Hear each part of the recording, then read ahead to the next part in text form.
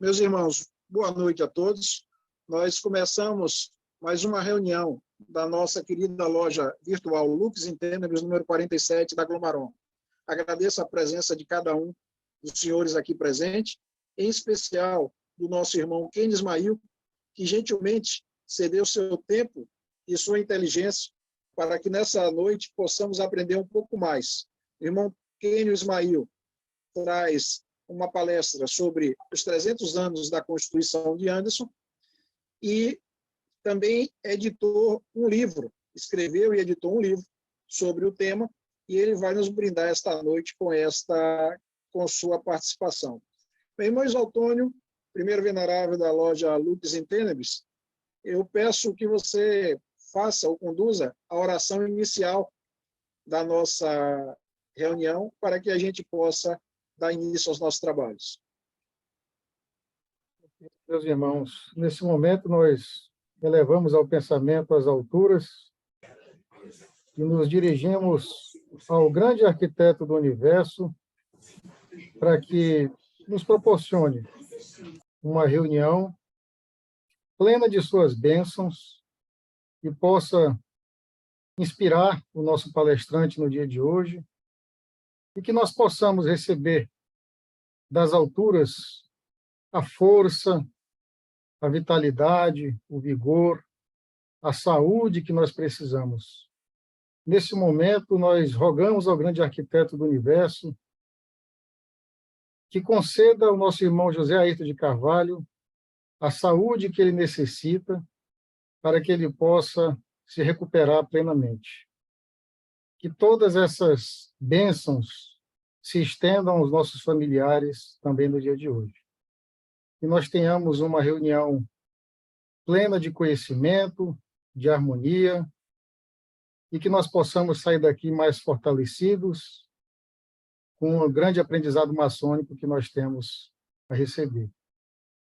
O grande arquiteto do universo nos proporcione todos os nossos anseios, tudo aquilo que a gente precisa e necessita na nossa vida. Que assim seja. Que assim seja. Meu irmão Isалтônio, já que você está com a palavra, vou pedir para você fazer a apresentação do nosso irmão Ken Ismail. O nosso irmão Ken Ismail, ele é escritor, revisor técnico, editor, tradutor, palestrante, professor universitário, pesquisador, com bacharelado em administração pela UNB, MBA em gestão de marketing pela ESA-MC, mestrado acadêmico em administração pela EBAP, Fundação Getúlio Vargas. É mestre instalado, membro ativo das lojas Flor de Lótus, do Rito de York, e Dom Bosco, do Rito Escocês Antigo e Aceito, ambas da grande loja maçônica do Distrito Federal. É membro honorário do Grande Oriente de Goiás, do Grande Oriente da Paraíba e do Grande Oriente da Bahia. É ainda o grau 33 do Rito Escocês Antigo e Aceito, é Cavaleiro Templário do Rito de York e Nobre Schreiner. É editor-chefe da revista Ciência e Maçonaria. É professor de pós-graduação em maçonologia pela Uninter. Foi o roteirista e apresentador do documentário Maçonaria Brasileira, um segredo de 200 anos revelado. Revisor técnico do livro Maçonaria para Leigos, editor da Bíblia de Estudos King James, tradutor do Ahriman Rezon, a Constituição dos Antigos, e também da Constituição de Anderson, a Constituição dos Modernos. É autor de diversos livros e artigos publicados no Brasil e no exterior. As ordens foram cumpridas, né, mestre? Obrigado, meu irmão Isалтônio. Meu irmão Ken Ismail, por favor. Seja bem-vindo. Obrigado, venerável. Boa noite ao venerável, aos vigilantes, ao meu irmão, amigo Isалтônio, a todos os irmãos aqui que nos acompanham. Um prazer estar mais uma vez na Lux in Tenebris. É uma honra estar aqui com os irmãos nesta noite de sábado para a gente falar sobre esse assunto tão interessante que tanto impactou na maçonaria como nós conhecemos, que é a Constituição de Anderson, que está aí nas suas comemorações de tricentenário, de seus 300 anos. O mundo inteiro está celebrando esses 300 anos da Constituição de Anderson. A gente vai entender um pouco nessa palestra por quê, qual é essa real importância, qual que é a importância imaginária também, e alguns pontos que, em boa parte do mundo, eles são omissos quando a gente fala dos 300 anos, muitas vezes para não estragar a festa, né? Mas num compromisso com a verdade, é importante a gente ter essa honestidade de expor os prós, mas também expor os contras. Então, eu vou compartilhar aqui a tela para a gente poder ilustrar melhor essa apresentação.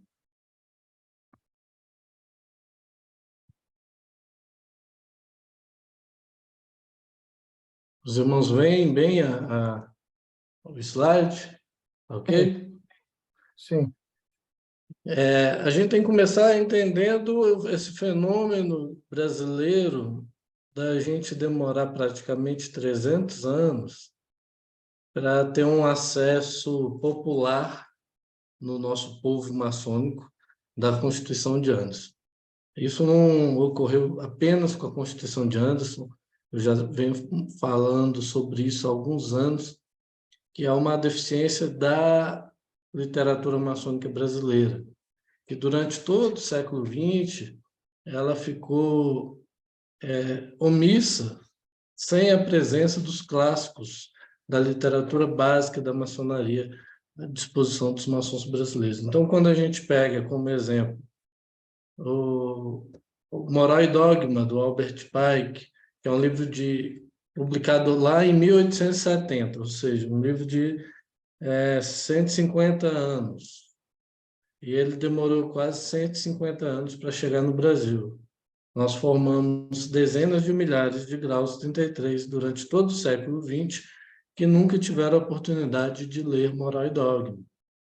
E isso só foi possível recentemente por uma editora pequena chamada Editora Iod, que publicou uma edição extremamente cara, custava mais de R$300 para você ter a coleção completa, e que a editora já fechou, aparentemente, e poucos irmãos tiveram acesso e muitos nunca terão. E aí a gente tem uma série de livros, todos os irmãos já ouviram falar de Mackay, por conta dos landmarks de Mackay. O livro mais conhecido dele é a Enciclopédia de Mackay, e ela não tem em português. A própria Riemann Raison, que eu tive a oportunidade de traduzir e publicar em 2016, a maioria dos irmãos brasileiros nem sabe o que é a Riemann Raison, e não, ao desconhecer ela, sua importância, perde-se muito desse elo da maçonaria como nós conhecemos hoje. Por que nós temos tanta distinção entre ritos maçônicos, entre potências maçônicas, entre práticas maçônicas, e o Ahriman, confrontado com a própria Constituição de Anderson, ela mostra muito bem de onde surgiram essa diversidade de práticas maçônicas. Esclarecimento sobre a maçonaria de William Preston, outro grande clássico lá do meio do século XVIII. São 250 anos para ele chegar no Brasil. Também foi para uma editora minúscula, que eu também aparentemente não seguiu. E a gente pode passar aqui horas e horas falando da literatura básica da maçonaria, e que não chegou durante todo o século XX ao maçom brasileiro, que não teve acesso à literatura básica de maçonaria que o resto dos irmãos no mundo tiveram, em países até muito menores do que o Brasil, com algumas poucas centenas de maçons, mas que tiveram acesso à literatura básica da maçonaria, que não. E essa falta da literatura básica, ela foi substituída por uma literatura ocultista, uma literatura místico-esotérica, uma literatura da teosofia, do rosacrucianismo, do martinismo, da magia cerimonial. Então, os maçons brasileiros do século XX, eles estão familiarizados com o nome como Madame Blavatsky, Stanislas de Gaida, Agripa, Papus, Eliphas Levi, que foram referências para as obras maçônicas que foram publicadas aqui, mas nenhum desses é uma referência de maçonaria e serve de base de educação maçônica. Daí a importância da gente trazer esses clássicos, e esse movimento dos clássicos da escola autêntica surgiu no Brasil muito recentemente, já no século XXI, mas a ausência deles gerou uma situação que é você saber que existe, mas você nunca viu. Eu brinco que é igual enterro de anão negro, que todo mundo sabe que pode ter existido, que existe, que é um fato, mas você dificilmente vai achar alguém que já assistiu, que já viu. É o vento, que todo mundo sente as consequências do vento, mas não consegue vê-lo. Essa é a Constituição de Anderson para o maçom brasileiro, porque todo maçom brasileiro já ouviu falar. Ela está presente nas constituições das nossas grandes lojas. Você pega a Constituição aqui da Grande Loja Maçônica do DF, no artigo 3º já começa a falar em Constituição de Anderson. Esta grande loja segue os princípios da Constituição de Anderson, dos landmarks, das antigas obrigações, e a Constituição de Anderson é mencionada em outras partes. Eu já fui em instalação de um amigo, de um irmão que assumia o veneralato de uma loja, em outra jurisdição, ele jurou seguir a Constituição de Anderson no juramento dele. Jurou seguir a Constituição de Anderson e a Constituição daquela potência. E, no final, eu perguntei para ele, você tem a Constituição de Anderson? Ele, não. Eu falei, você tem um problema aí, porque você acabou de jurar segui-la. Como é que você vai jurar algo que você nunca leu? Como é que você vai seguir algo que você não tem acesso? Então, é um problema e que você cria uma situação, cria tabus em volta de uma Constituição que é mencionada em legislações registradas em cartório, mas ela não está acessível àquele povo maçônico. Muitas vezes aparecem alguns pedaços dela em algum lugar, com algumas traduções um tanto quanto questionáveis. E aí a gente aproveitou esse momento dos 300 anos para publicar essa tradução, feita com muito cuidado, com muitas revisões, e uma tradução comentada, como foi feito com a Riemann Raison, com notas de rodapé destacadas diferentes das notas de rodapé do autor, do James Anderson, exatamente para o irmão brasileiro compreender o contexto de cada informação. E o trabalho feito, eu estou até aqui com um exemplar em mãos, ele foi um trabalho que buscou não apenas ser fiel ao conteúdo, mas à forma. Então, a imagem que a gente vê acima é a imagem original do frontispício da primeira edição.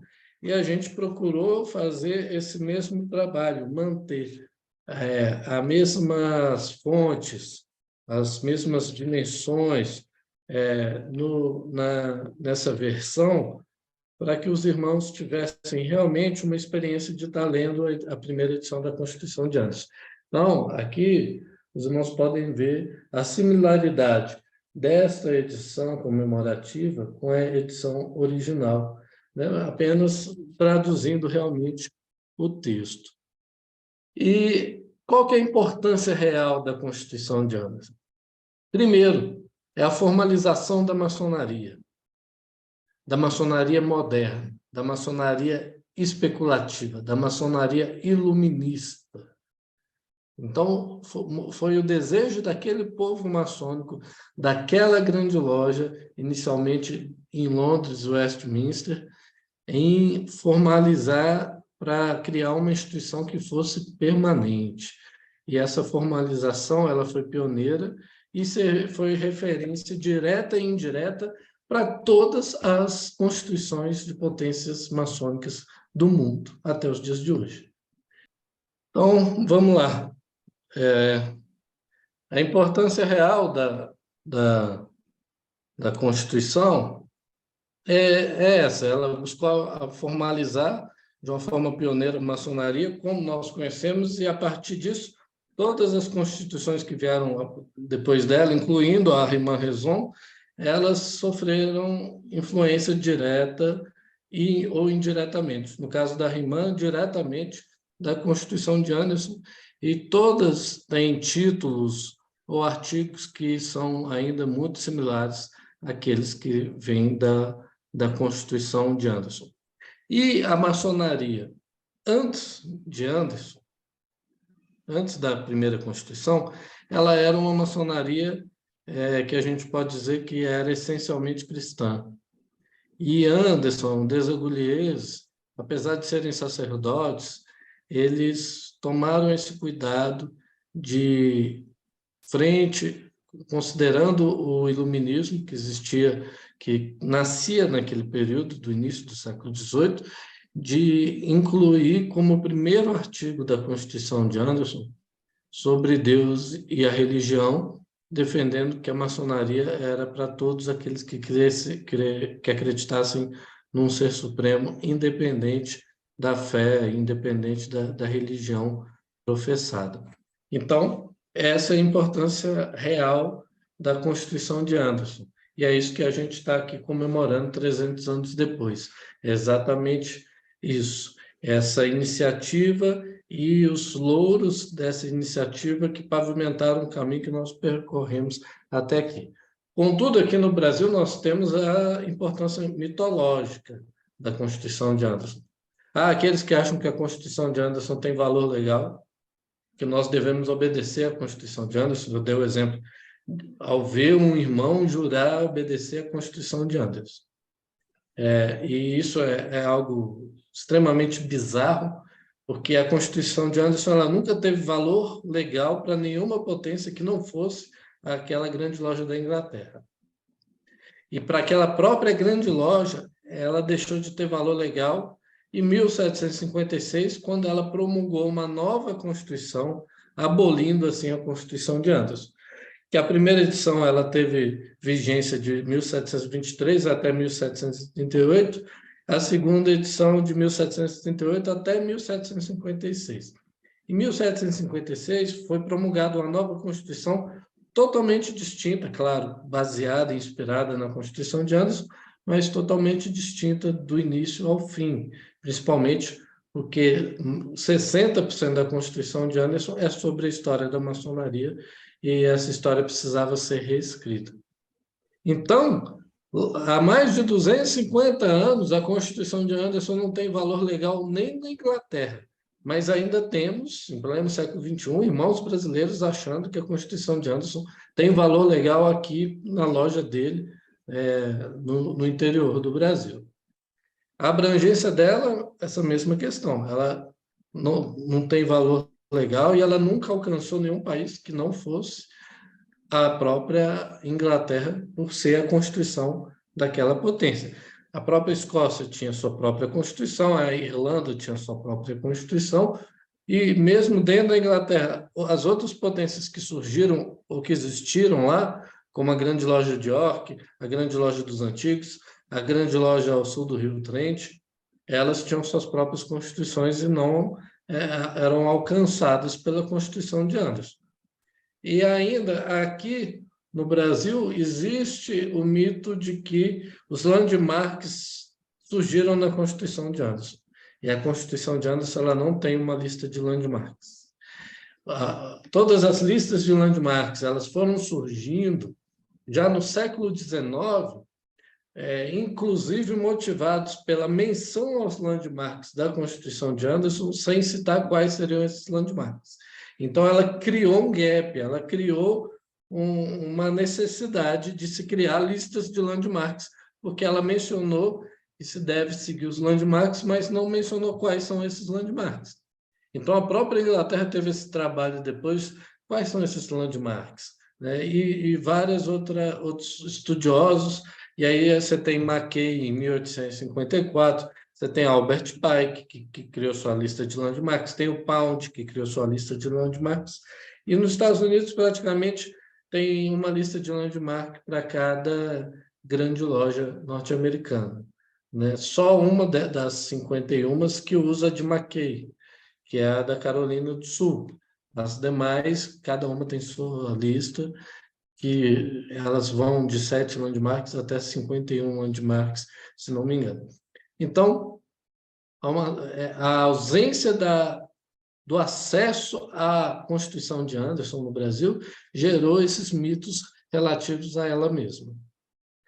E aí eu faço uma analogia. Esse De Humani Corporis Fabrica é um livro de anatomia de 1543. Foi o primeiro livro de anatomia da história da humanidade.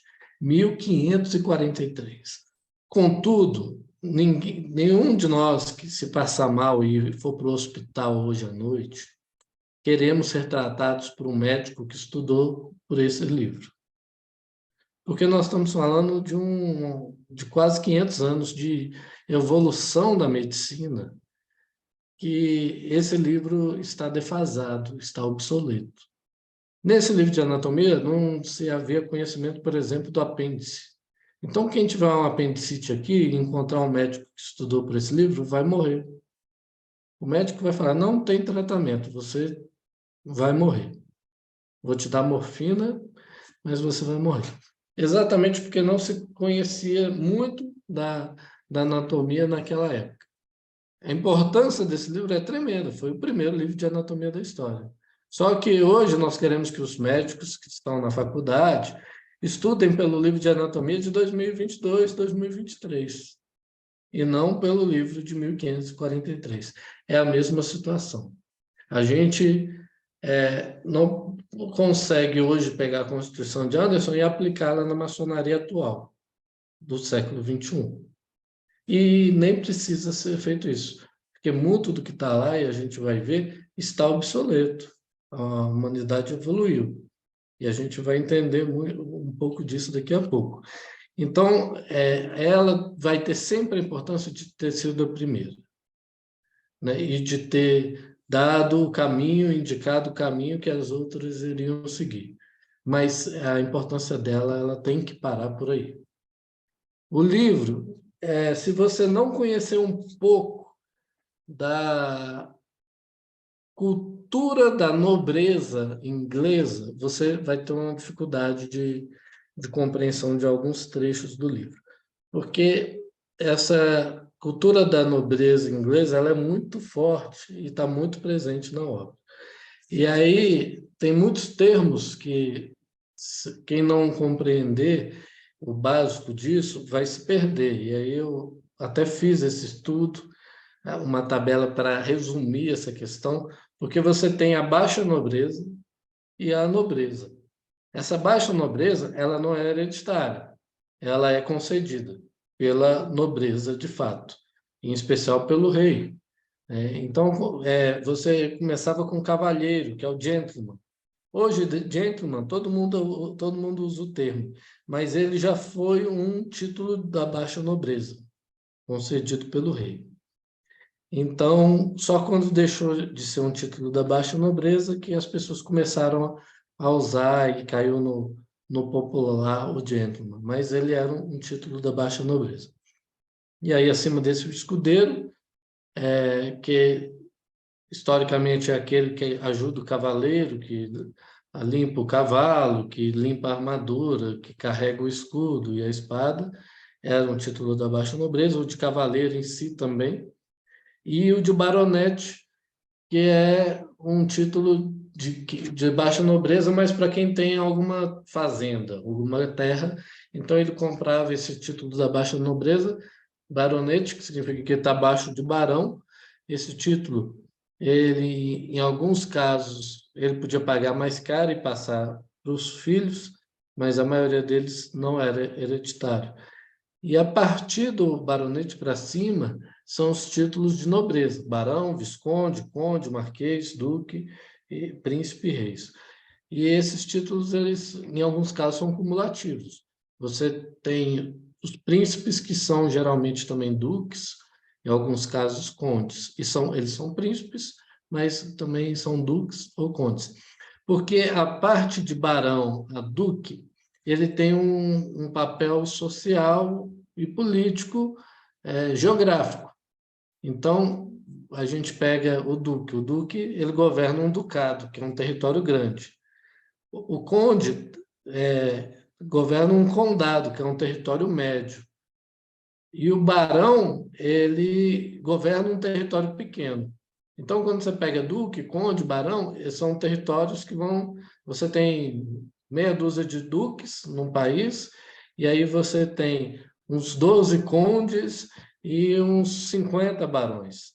Exatamente porque o ducado é dividido em condados, e os condados são divididos em territórios menores dos barões. E entre o conde e o barão, você tem o visconde, que significa vice-conde, que ele tem um território, ele representa o conde em algumas regiões de alguns barões. E entre o conde e o duque, você tem o marquês, que ele tem um território que é fronteira com outro país. Então, é uma importância militar. Então, ele é um nobre que tem essa importância militar, porque o território que ele governa é um território de fronteira com outro país. E isso está muito carregado na Constituição de Anderson, essa veneração à nobreza, ao sistema de nobreza, que está em voga até os dias de hoje na Inglaterra. E qual que é a estratégia literária de James Anderson nessa Constituição? A gente primeiro tem que mencionar o caráter de Anderson enquanto escritor. Anderson, ele era um escocês formado pela Universidade de Aberdeen em teologia, fez seu mestrado lá em teologia e foi assumir uma pequena igreja de escoceses, uma igreja presbiteriana de escoceses em Londres. E essa igreja, ela não dava sustento, não dava renda bastante para ele se sustentar a ele e a sua família.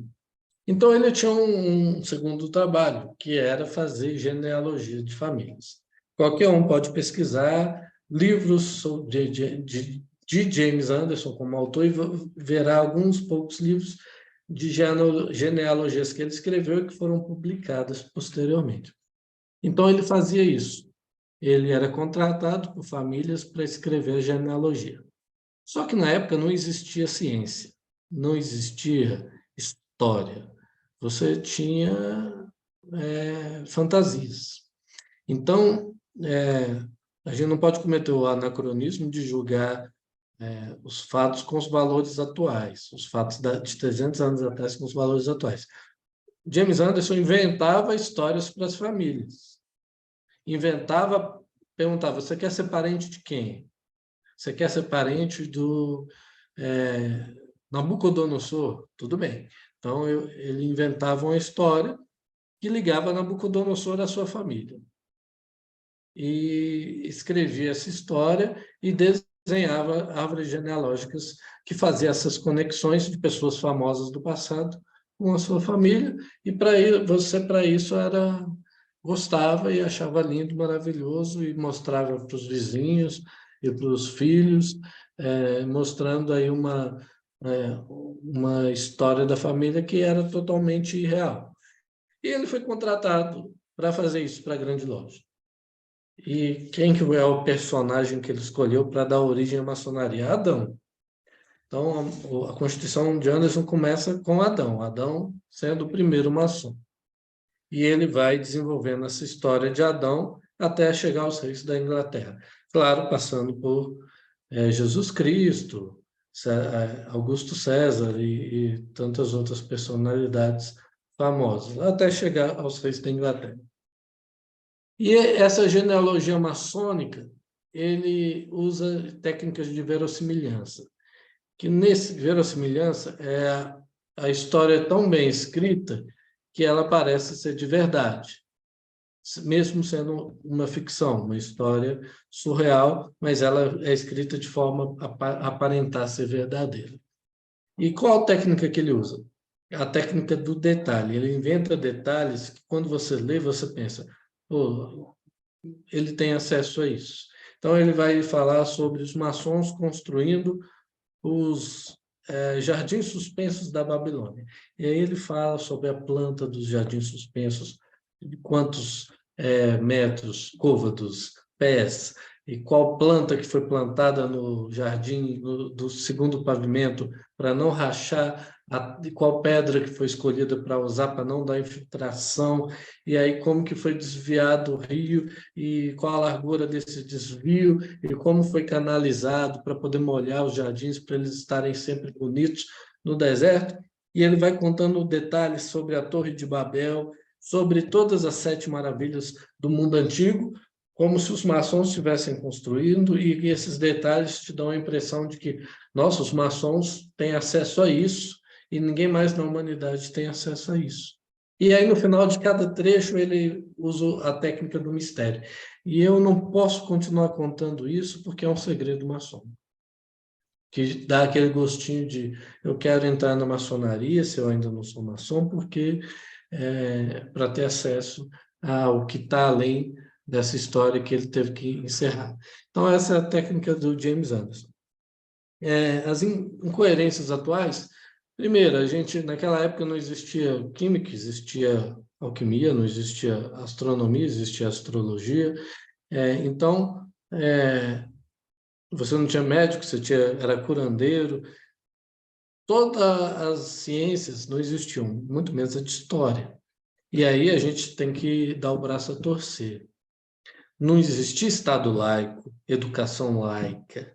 O conhecimento no mundo ocidental, lá na Europa na época, ele era de domínio da igreja, seja ela a igreja católica ou a protestante, dependendo do país. E o conhecimento que valia era aquele. A história da humanidade era a história do Antigo Testamento. Não se conhecia outra história. A história da humanidade era do Antigo Testamento. Então, toda a instituição que se prezava, ela queria começar com Adão. E por aí vai. Então, não havia como escrever uma história sem ser pelo caminho bíblico, que era aquilo que se conhecia naquela época. Com o movimento da escola autêntica, que surgiu há uns 150 anos atrás, na maçonaria, essa história do James Anderson ela fica totalmente prejudicada. A questão do direito penal, eu não sou da área do direito, o Isaltônio que e com certeza quase metade dos irmãos que estão assistindo são. Você tem evolução do direito penal, e naquela época, do início do século XVIII, o direito penal no mundo ocidental viveu o que era chamado vingança pública. Então, o que é vingança pública? Alguém cometia um crime, ele era julgado sem amplo direito de defesa, e esse julgamento extrapolava o humanismo, extrapolava a proporcionalidade. Então, as penas elas eram extremamente violentas e não alcançavam só a pessoa, alcançavam os familiares. Então, filhos, netos, acabavam pagando por um crime supostamente cometido pelo pai. Você tem isso na Constituição de Anderson. Porque o humanismo no direito penal só foi surgir no final do século XVIII, que defendeu a ideia de penas mais humanas, a questão dos direitos humanos e proporcionalidade e a individualização da pena. Que só quem comete o crime que paga pelo crime. Você não pode terceirizar esse pagamento nem alcançar terceiros. Então, James Anderson fala, por exemplo, nenhum candidato pode ser filho de pais supostamente desonestos. Então, se seu pai ou sua mãe, em algum momento da vida deles, foi acusado de alguma coisa, você nunca vai poder entrar na maçonaria. Isso hoje seria compreendido como algo ilegal, que desrespeita o arcabouço legal vigente do país e de todo o mundo livre, e algo injusto. Mas na época, não. Na época que se via o período de vingança pública, isso era aceitável. A idade mínima para ingressar na maçonaria, na Constituição de Anderson, é 25 anos. A gente sabe que isso não é praticado na maioria do mundo. Quando se imprimia a List of Lodges, tinha lá a idade mínima, você via que quase todo mundo era 21, e em alguns lugares você tinha 18 anos. James Anderson, em mais de um momento, ele é muito claro com o seu preconceito religioso. Ele ataca os muçulmanos na sua obra. Imagina hoje uma constituição de uma potência maçônica regular atacando uma religião. Defendendo, nós somos universais, podemos aceitar membros de toda religião, mas essa religião aqui não presta. Os seus membros são todos bárbaros, que não têm respeito por ninguém, e ninguém tem, eles têm que ser tratados como cachorros. Isso não cabe em nenhum lugar do mundo, mas naquela época cabia. Naquela época, os ingleses tinham um ódio mortal dos muçulmanos. E o Anderson até confunde, dá para ver claramente, otomanos, que você tinha um Império Otomano, que era o império que rivalizava com o Império Britânico, com muçulmanos. Claro, praticamente todo otomano era muçulmano, mas uma coisa é religião, outra coisa é etnia, né? E ele não faz essa distinção. E isso fica muito claro. Em mais de uma passagem ele demonstra o seu preconceito com muçulmanos. Ele também mostra, e pouca gente percebe isso, um preconceito gigante com a arquitetura gótica, que hoje toda a maçonaria no mundo fala sobre a arquitetura gótica e relaciona a arquitetura gótica ao surgimento da maçonaria moderna, porque ela veio e se desenvolveu muito na Inglaterra nesse período que se desenvolveu as lojas como nós as conhecemos. Só que, se você vai estudar a história da arquitetura, e aí eu procurei pesquisar sobre isso para contextualizar o preconceito do James Anderson com a arquitetura gótica, você vê que os europeus eles só começaram a ter a admiração pela arquitetura gótica no século XIX. Então, lá no final do século XIX. Então, é compreensível que no início do século XVIII, James Anderson tivesse preconceito com a arquitetura gótica, que todos os ingleses tinham preconceito com a arquitetura gótica. Enalteciam a arquitetura romana e que tinham preconceito, porque até o nome gótico, que vem de gotos, está relacionado a bárbaros, que eram como eles consideravam os alemães. Então, eles relacionavam muito a arquitetura gótica com bárbaros, com invasores, e ainda não tinham aprendido a apreciá-la, apesar da igreja ter apreciado séculos antes. E, nesse sentido, você consegue ver essa distinção do discurso de Anderson para o discurso maçônico que vem imperando já no século XX e no século XXI, em defesa da arquitetura gótica e do link da arquitetura gótica com a maçonaria.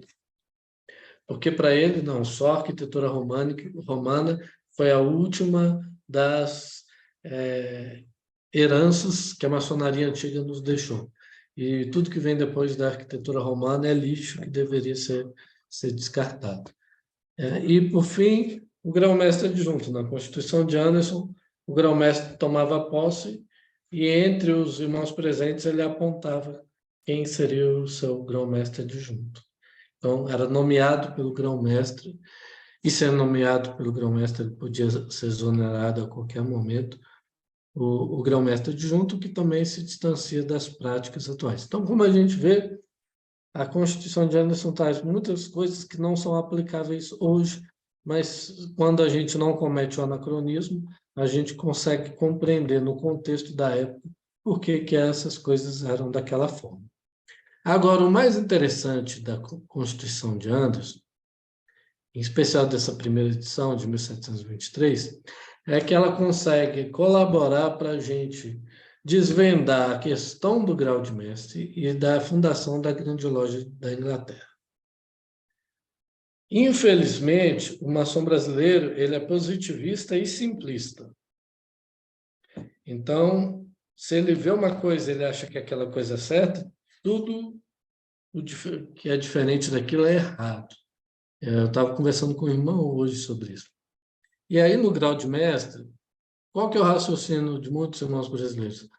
O grau de mestre não existe na Constituição de 1723. O grau de mestre existe na Constituição de 1738. Logo, o grau de mestre surgiu entre 1723 e 1738. Errado. Totalmente errado. E aí eu vou explicar para você. Deixa eu pegar um desenho aqui do meu filho, cheio de papel aqui que ele rabisca. Vou pegar essa notinha de correio aqui. Vai ser essa notinha de correio. Eu tenho aqui uma nota de correio. Eu posso dividir essa nota do jeito que eu quiser. O jeito mais fácil de dividir é em 2. Mas eu posso dividir em 3. Então, essa nota de correio, ela tem um conteúdo, eu vou dividir ela em 2 agora. Pronto. Tem 2 partes. Continuo tendo o mesmo conteúdo, em 2 partes. O conteúdo dos graus simbólicos, que é essa nota aqui do correio, é um só. Na época, em 1723, ele era dividido de diferentes formas. Você ia na Escócia, na Irlanda, no norte da Inglaterra, ele, em alguns lugares, ele era dividido em 3. E em Londres e nas proximidades de Londres, esse conteúdo era dividido em 2. O mesmo conteúdo. O mesmo conteúdo. Ninguém tinha conteúdo a mais nos graus simbólicos. Esse era o mesmo conteúdo. Só que em Londres, esse conteúdo era dividido em 2 partes, como eu dividi aqui. E em outras partes lá da Grã-Bretanha era dividido em 3. Após 1723, ciente de que em outros lugares esse conteúdo era dividido em 3, eles pegaram a parte do grau 1 e dividiram no meio. E aí você ficou com 3 partes. Grau 1, 2 e 3. Mas o conteúdo sempre foi o mesmo. Então, o grau 3 ele não foi inventado entre 1723 e 1738. Essa divisão do conteúdo já existia em outros lugares e ela foi adotada na Inglaterra nesse período. Porque você tem alguns autores que criam lá. Foi inventado num teatro, que tinha alguns irmãos no teatro, e fizeram uma peça de teatro homenageando o HA. E aí alguém achou bonito, pegou essa peça de teatro, provavelmente des Agulhês, pegou essa peça e trouxe para a maçonaria para ser o grau 3. Não. O conteúdo do grau 3 era o conteúdo que os ingleses chamavam de grau 2, de grau de companheiro. E a gente sabe disso, e você tem várias menções do conteúdo do grau 3 na Constituição de Anderson de 1723, que só tinha grau de aprendiz e companheiro. Então, esse conteúdo do grau 3, que é do mestre HA e dos 5 pontos de companheirismo, já existiu em 1723.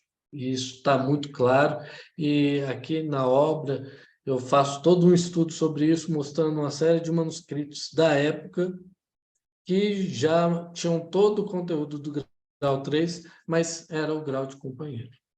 Então, o que eles fizeram? Pegaram o grau de aprendiz, dividiram em 2, que virou o grau de aprendiz e companheiro, e o que era de companheiro virou de mestre. Agora, o mais interessante é quanto à fundação da Grande Loja da Inglaterra. Na Constituição de 1723, não tem a história da Grande Loja. E ela aparece na Constituição de 1738. E aí, quando você confronta elas, você vê o seguinte: a Constituição de 1723, ela menciona apenas o Conde de Montague, que foi grão-mestre de 1721 a 1723, e o de Wharton, que assumiu em 1723.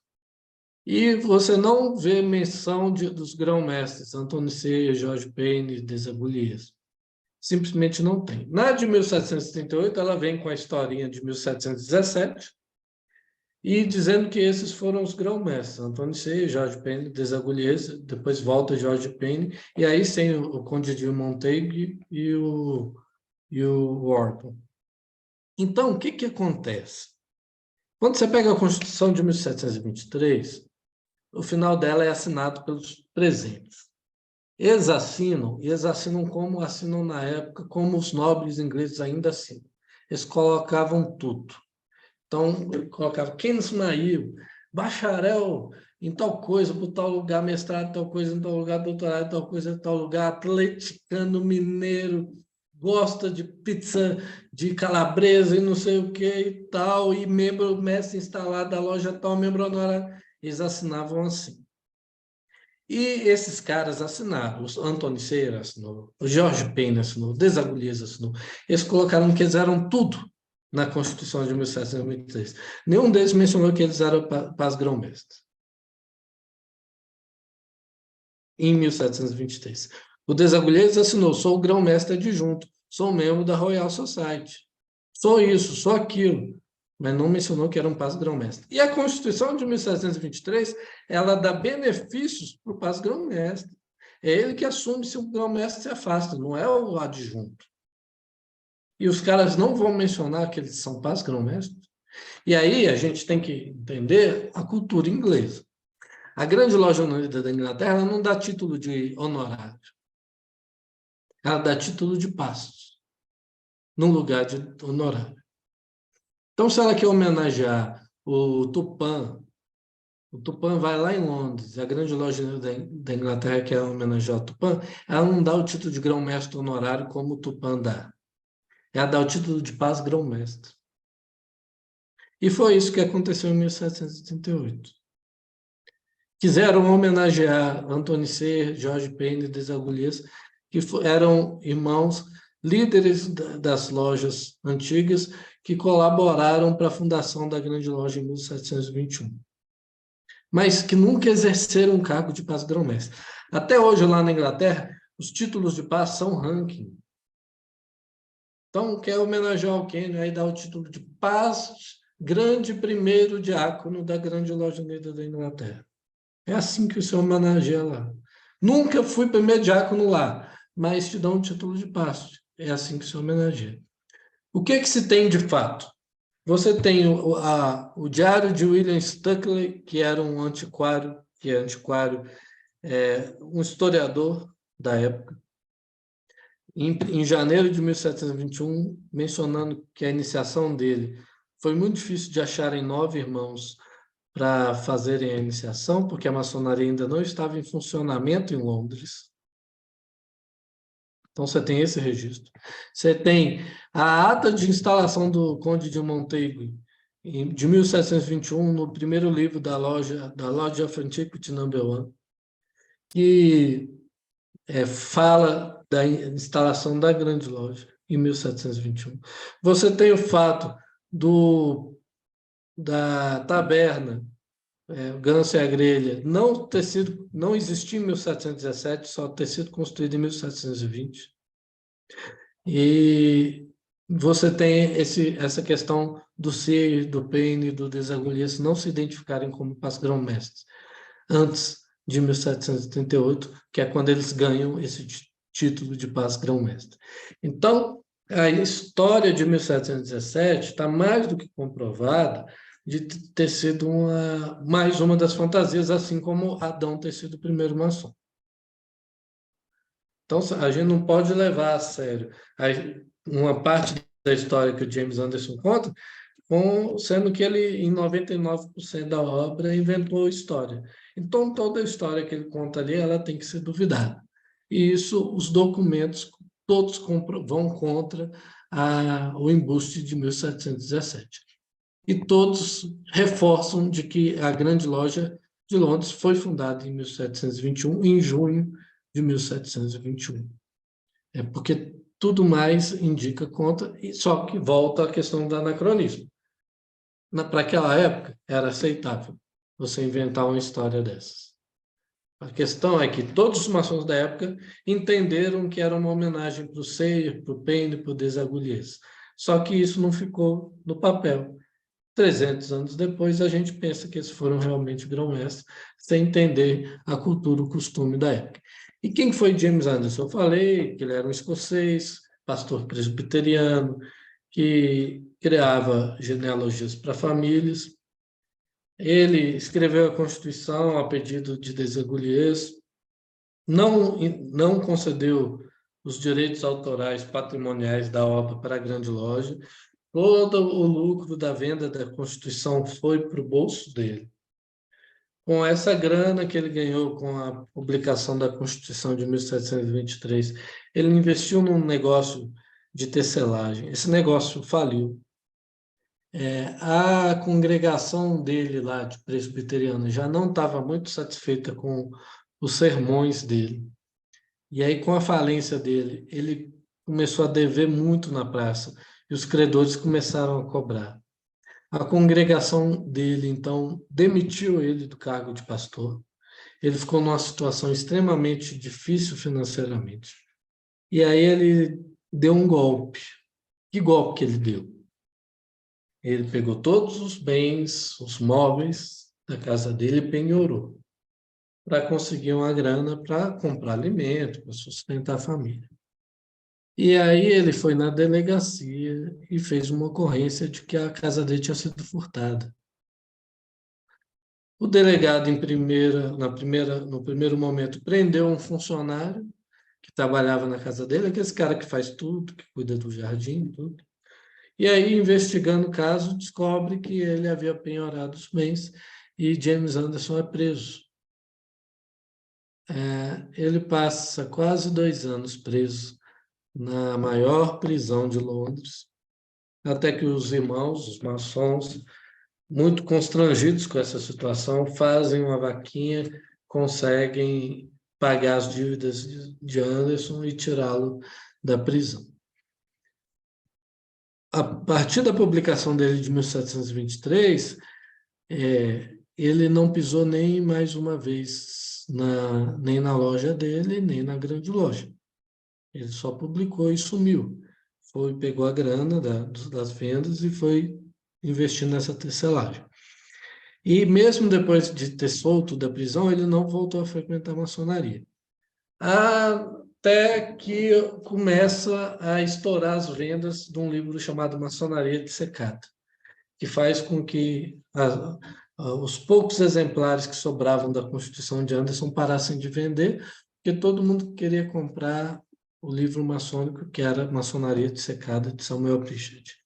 Nesse momento, ele volta a procurar a Grande Loja e se oferece para escrever a segunda edição da Constituição, dizendo que tinha muito mais história para contar, que queria contar a história da fundação da Grande Loja e tudo. E é quando ele se dedica a escrever a segunda edição. É publicada em 1738, que é essa que traz as homenagens ao Say, ao Paine, ao Desaguliers. E ele, novamente, ele não cede os direitos patrimoniais para a Grande Loja, fica com os lucros, pensando em investir em outros negócios, só que ele vem a óbito em 1739.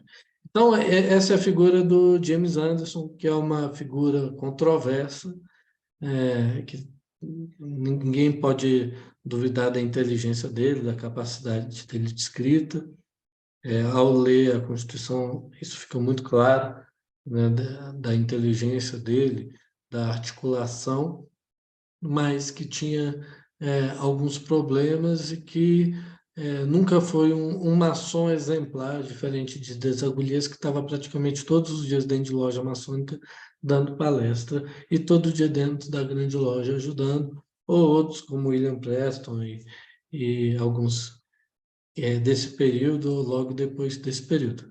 James Anderson, que foi o encarregado da Constituição, ele não tinha esse perfil. Pelo contrário, a Grande Loja passou para ele uma série de documentos, old charges, antigas obrigações que se tinha sobre a maçonaria. Ele escreveu a Constituição e queimou todos aqueles documentos históricos de mais de 100 anos que ele recebeu. Hoje seria uma heresia, seria um crime, mas na época era algo aceitável, era uma prática comum. Então ele queimou porque alguns desses documentos causavam incoerência entre a obra dele ou entre outros dos documentos. Então ele seguiu uma linha de raciocínio e queimou aqueles documentos para que eles parassem de ser seguidos e passassem a seguir aquela Constituição. Porque as lojas mais antigas, elas tinham old charges guardados, manuscritos guardados. Elas tiveram que ceder esses manuscritos para o desenvolvimento da Constituição, para que não se devolvesse para as lojas, para que as lojas não usassem os manuscritos em vez da Constituição. James Anderson os queimou. Então, a gente tem aí uma história um tanto quanto questionável, né? Mas que é a nossa história e a gente tem que conhecê-la e respeitá-la. Toda história tem os bastidores, né? A gente vê as 12 tribos de Israel, existe a lenda da 13ª tribo, que ninguém fala sobre ela porque ela foi escravizada por outras tribos, né? Então, você tem muitos personagens, tribos, situações em que isso ocorre. No caso de Anderson também teve essas questões de estelionato, de queima de arquivos importantes e que de nenhuma forma vão tirar a importância da Constituição de Anderson ter sido a primeira. Então, quando a gente pega outros autores, a gente tem o Stevenson aqui, que é um autor escocês respeitadíssimo, ele diz que a Constituição de Anderson é uma mistura de compilação e fantasia, invenção e manipulação, clareza e ambiguidade, e de fato e erro. O Stevenson, eu trouxe essa citação dele, que foi uma das mais educadas que eu achei. A maioria dos estudiosos bate muito forte em Anderson e sua Constituição, mas muito forte mesmo. E eu acho que isso, eu entendo, mas eu acho que a gente tem que ir por outro caminho. Eu dou o benefício da dúvida, eu sempre trabalho com esse princípio, que se eu tivesse lá naquela época, com aquele conhecimento que ele tinha, com aquela experiência de vida que ele viveu, naquele contexto histórico, com os valores daquela época, provavelmente eu teria feito de forma igual ou similar. Então, o trabalho de Anderson é ótimo. E os erros que a gente vê, chamando assim de erros, que a gente vê que ele cometeu, eles provavelmente nós teríamos cometido, porque na época não eram erros. Na época era a realidade da época. Ligar a maçonaria a Adão, a Jesus Cristo, a imperadores romanos, xingar muçulmano. Se você era um inglês vivendo lá no início do século XVIII, provavelmente você teria essa mesma visão de mundo que James Anderson tinha e acabou externando ela na sua Constituição. Se você consegue ver esse contexto histórico, você consegue desconsiderá-lo, você vai ver os outros benefícios que essa Constituição trouxe para que a gente não continuasse sendo apenas um clube de pessoas que se chamam de irmãos, mas vão beber na taberna e comer prostituta. Então, a Constituição de Anderson, ela foi o pontapé inicial para quebrar um pouco dessa maçonaria beberrona, essa maçonaria de cânticos de bar, essa maçonaria de se reunir em sala suja no fundo de boteco, essa maçonaria que a gente vê na figura do William Hogarth, do venerável sendo mijado, caindo de bêbado na rua, o grão-mestre tombando carruagem e botando fogo, essa maçonaria caótica, que era muito mais álcool e muito menos estudo. Então, a partir da Constituição de Anderson, a gente teve essa mudança da maçonaria e levou a gente para um caminho que aproxima a maçonaria quase de uma instituição sacrossanta, né, que já é algo que eu já não admiro tanto, né, que é essa devoção cega, tratando a maçonaria quase como uma religião e a reunião quase como um culto ou uma missa, um ritual de magia, e distanciando do caminho que James Anderson, que Desagulhes, que era um intelectual, um cientista, que pavimentaram para a maçonaria de uma maçonaria intelectual, uma maçonaria moral, uma maçonaria iluminista, como a gente já vê já nas páginas de regulamento geral, de Constituição, da Constituição de Anos. Aqui alguns livros que eu recomendo a leitura, porque são livros que eu escrevi, ou traduzi, ou revisei, como é o caso do Maçonaria para Leigos. Sou suspeito para dizer se eles são bons, mas os recomendo, em especial a Constituição de Anderson, que foi publicada agora no mês passado. É isso, eu agradeço aí a oportunidade da loja e a atenção de todos os irmãos. Meu irmão Kênis Mail, muitíssimo obrigado por seu tempo, por seus conhecimentos e por poder compartilhar conosco. Meus irmãos, antes de passarmos às perguntas para o irmão Kênio, eu gostaria de dizer que hoje estamos fazendo uma campanha para que os irmãos adquiram cotas que ajudem a construção da Casa de Apoio Filhos de Irã, que irá auxiliar pessoas que estão em tratamento para o câncer aqui no Hospital da Amazônia. Esse hospital é uma filial do Hospital de Barretos, da Fundação Pio XII, e está construída aqui no nosso município de Porto Velho. Meu irmão orador Lucas Couto, você está por aí?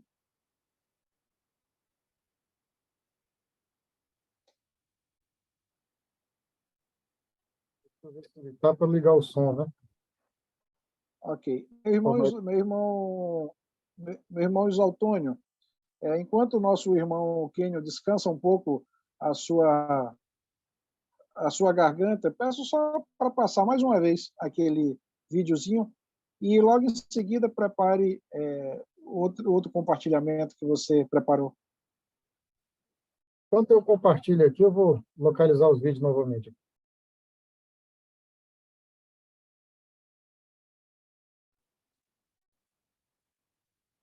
Meus irmãos, o irmão Isалтônio colocou aí na tela o Pix, que é o meu telefone pessoal, e também a conta que a gente está fazendo a arrecadação das cotas do leilão para o Touro de Ouro. Essa cota você vai concorrer a um touro de um valor elevado, mais de 10 mil reais. O último era de 25 mil. Nós teremos três, na verdade, sorteio de 3 touros a cada cota que você adquirir, você estará concorrendo nesses 3 sorteios. Todos os recursos, 100% dos recursos, serão encaminhados diretamente para a conta da Associação Filhos de Irã, que construirá a casa de apoio para o Hospital do Câncer. Meus irmãos, encaminhem as perguntas via chat e nosso irmão Isалтônio, nosso irmão Vanderlei, vão fazer a seleção. Vou colocar novamente o vídeo? Ok, por favor, Isалтônio. A construção da Casa de Apoio Filhos de Irã está a todo vapor. Por aqui serão acolhidos os pacientes que estão em tratamento de câncer na cidade de Porto Velho. Serão acolhidos os pacientes e os seus acompanhantes. Tudo gratuito, com a sua colaboração. As obras estão a todo vapor, como você pode ver, e nesse momento nós estamos realizando o segundo leilão Direito de Acolher. Através da sua doação, essa obra pode terminar muito mais rápido. Ligue para o telefone que está aparecendo na sua tela e faça a sua doação. Você pode doar prendas e pode também arrematar os lotes que serão oferecidos no leilão. Você também pode participar comprando a cartela do Boi de Ouro. A nossa bandeira é o amor. A nossa causa é a caridade. Junte-se a nós. Vamos construir a casa de apoio para acolher os pacientes em tratamento de câncer em Porto Velho com seus acompanhantes.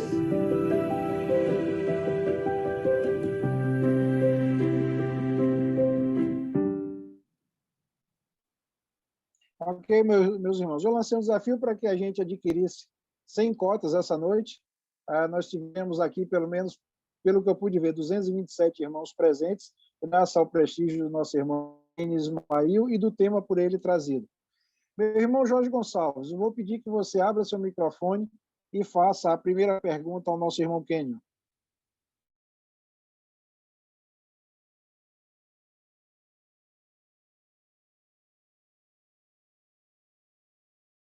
autorizar aqui todos ligar o som, né?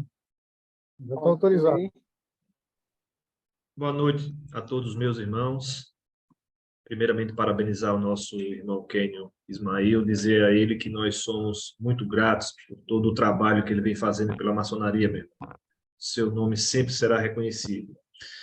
Kênio, no que diz respeito à fundação da primeira grande loja de Londres, a data que todo maçom aprende é 24 de junho de 1717.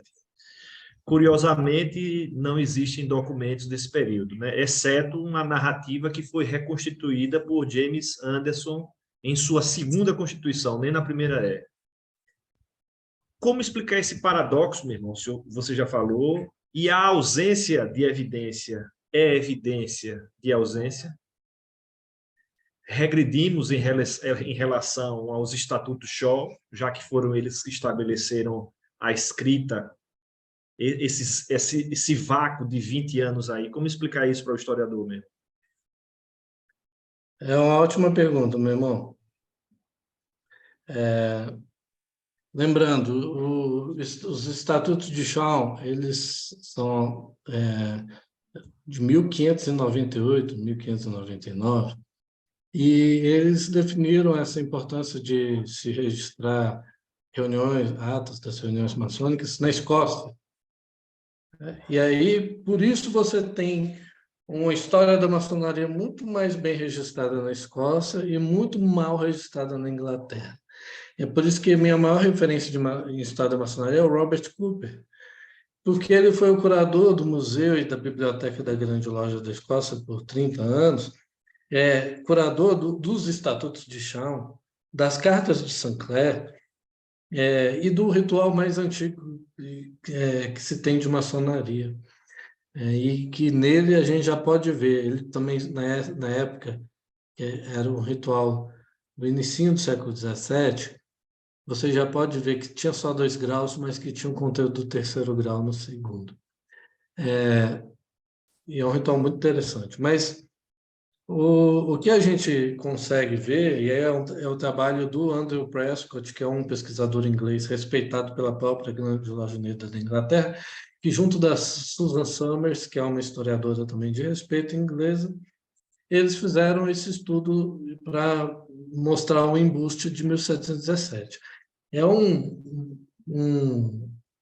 uma característica bem distinta dos ingleses em comparação com os irlandeses, por exemplo. Porque quando você olha a data de fundação da Grande Loja da Irlanda, 1725. E aí por que 1725? E é porque é o mais antigo que eles conseguem comprovar com documentos. E eles têm um jornal de Dublin Today que mencionava uma passeata, um desfile maçônico da Grande Loja naquele dia, em 1725. E aí, como eles têm esse documento, eles adotaram essa data. Eles sabem que eles são muito mais antigos que 1725. Mas eles falam que somos fundados em 1725, porque é isso que a gente consegue comprovar. Os ingleses nunca tiveram esse respeito. E o problema é que Anderson, em 1738, escreveu essa história, e o mundo inteiro, desde então, repete essa história. E aí, hoje, quando você fala, não foi em 1717, é igual aquele meme da filha que fala para o pai, olha, mas isso aí é uma fake news. Aí o pai fala, mas como é uma fake news? É exatamente o que eu acredito. Não pode ser a fake news, é exatamente o que eu acredito. E os irmãos, muitos têm resistência. Não, isso não pode ser real, porque eu estou 50 anos na maçonaria falando que foi em 1717. Só que tudo, a Constituição de 1723 mostra que isso não é real. A ata de posse do Conde de Montague mostra que isso não é real. O registro da construção da taverna, o Ganso e a Grelha, mostra que isso não é real. O diário do Turkley mostra que isso não é real. Tudo mostra que isso não é real. E a própria Grande Loja Unida da Inglaterra já fala que é tradicionalmente tida como fundada em 1717. Então, muitas vezes a gente descobre alguma história e é difícil a gente virar essa página. Tiradentes, maçom. Não foi, mas vai ter muito maçom que ainda vai defender que foi porque ele acreditou por tanto tempo que foi, que ele não quer sentir a dissonância cognitiva de aceitar que não foi. Mesmo sendo impossível, para ele ter sido maçom, ele tem que ter viajado no tempo, viajado para o futuro. Para ter sido grau 33, tinha que ter viajado mais ainda para o futuro. Então, ele não era maçom nem grau 33. Mas os fãs do nazista Tenório de Albuquerque vão dizer que ele era maçom grau 33. E vai ser difícil a gente mudar isso. 20 de agosto, está comprovado documentalmente que a reunião foi 9 de setembro. A reunião do 20º dia do 6º mês foi no dia 9 de setembro de 1822. Isso está comprovado, que foi um erro a gente adotar o dia 20 de agosto. Mas vai ter muita gente, nós vamos morrer e ainda vai ter gente acreditando que a maçonaria declarou a independência 20 de agosto, ou seja, 17 dias antes de Dom Pedro I. Então, é um caso similar, e eu acho que hoje a Quatro Coronati dedicou praticamente um ano inteiro para tentar rebater os pontos de Andrew Prescott. Só que é difícil você rebater documentos. Então, o Turkley estava errado, a maçonaria estava pujante em Londres, e ele, que era o cara mais informado de Londres, era o maior comunicador da época, da cidade, estava desinformado e falou que a maçonaria não estava funcionando. Tudo bem, é improvável, mas é possível. O James Anderson errou o nome da taberna, não era o Ganso e a Grelha, era uma que existia mesmo antes do Ganso e a Grelha, só que aí no dia ele escreveu o nome errado da taberna. Tudo bem, é improvável. Então, os argumentos que são colocados para defender 1717 se distanciam muito das probabilidades, né? E você tem que descartar documentos históricos para que essa teoria do 1717 continue aceita. Mas, por ter sido repetida por 300 anos, ela ainda vai ser repetida por muitos mais. Obrigado, meu irmão. Muito obrigado. Parabéns. Meu irmão Moisés, reservando a pergunta do nosso irmão Lucas Couto, eu peço a você que faça a pergunta que tem aí no chat, que você já selecionou. Irmão Vanderlei, se estiver presente também, se puder ajudar. Eu fiz o que você pediu, meu irmão, mas se incumbiu o irmão Moisés, pode ficar à vontade. Não, por favor, irmão Vanderlei. Pode fazer. Não, pode ficar à vontade. Ele só errou o nome. A palavra. Ele só errou o nome, de Moisés para Vanderlei. De Vanderlei não, pode ficar à vontade. Fique à vontade, meu irmão. Fica à vontade. Vamos lá, então. Meu irmão, eu faço essa, o irmão faz a próxima. Isso. Cada uma faz uma, por favor, e deixa a última para o irmão diretamente, okay, para o nosso orador. Pergunta do nosso irmão José Eduardo de Moura. Primeiro ele diz: excelente, corajosa e didática a apresentação do irmão Quênio. Parabéns e obrigado. Pergunta: entendo as circunstâncias, mas não soa paradoxal dizer que a maçonaria não é religião, quando a primeira Constituição foi elaborada por um teólogo protestante. Quando o editor, a versão brasileira da Bíblia Sagrada, de estudos maçônicos, pode haver interpretação equivocada do Velho Testamento? Por que não traduzir do hebraico? Essa é a pergunta. Por que não traduzir do hebraico? Porque eu não sei hebraico, eu só sei inglês. Das línguas que eu sei, hebraico não está entre elas. Mas principalmente porque a Bíblia versão Rei James é a Bíblia mais usada no meio maçônico no mundo. É a Bíblia praticamente oficial da maçonaria na Inglaterra, na Escócia, na Irlanda, no Canadá, nos Estados Unidos e em vários outros países. É o livro mais lido no mundo, mais vendido no mundo, é a Bíblia versão Rei James. Então, você tem um livro que é comum ser usado no mundo maçônico, no mundo inteiro, que ele muitas vezes não está disponível para o maçom brasileiro, porque é comum, não foi uma invenção minha. É comum, quando você inicia nos Estados Unidos, na Inglaterra, você ganhar uma Bíblia de estudos maçônicos na sua iniciação, e essa Bíblia é uma versão Rei James. Porque essa versão Rei James é a versão que serviu de base para rituais, para o desenvolvimento de muitos rituais que têm passagens bíblicas em muitos dos seus graus. Daí a importância de ser a versão Rei James e não ser outra versão. Então, a gente tem essa razão de escolher a versão Rei James para aproximar o maçom brasileiro e a educação do maçom brasileiro ao conteúdo dos maçons de outro mundo, no mundo globalizado que a gente tem. Agora, sobre a questão da Constituição ter sido escrita por um pastor, a maioria das pessoas letradas daquela época eram sacerdotes. Você tinha, e aí é a história da educação no mundo ocidental, você tinha muitas poucas pessoas letradas.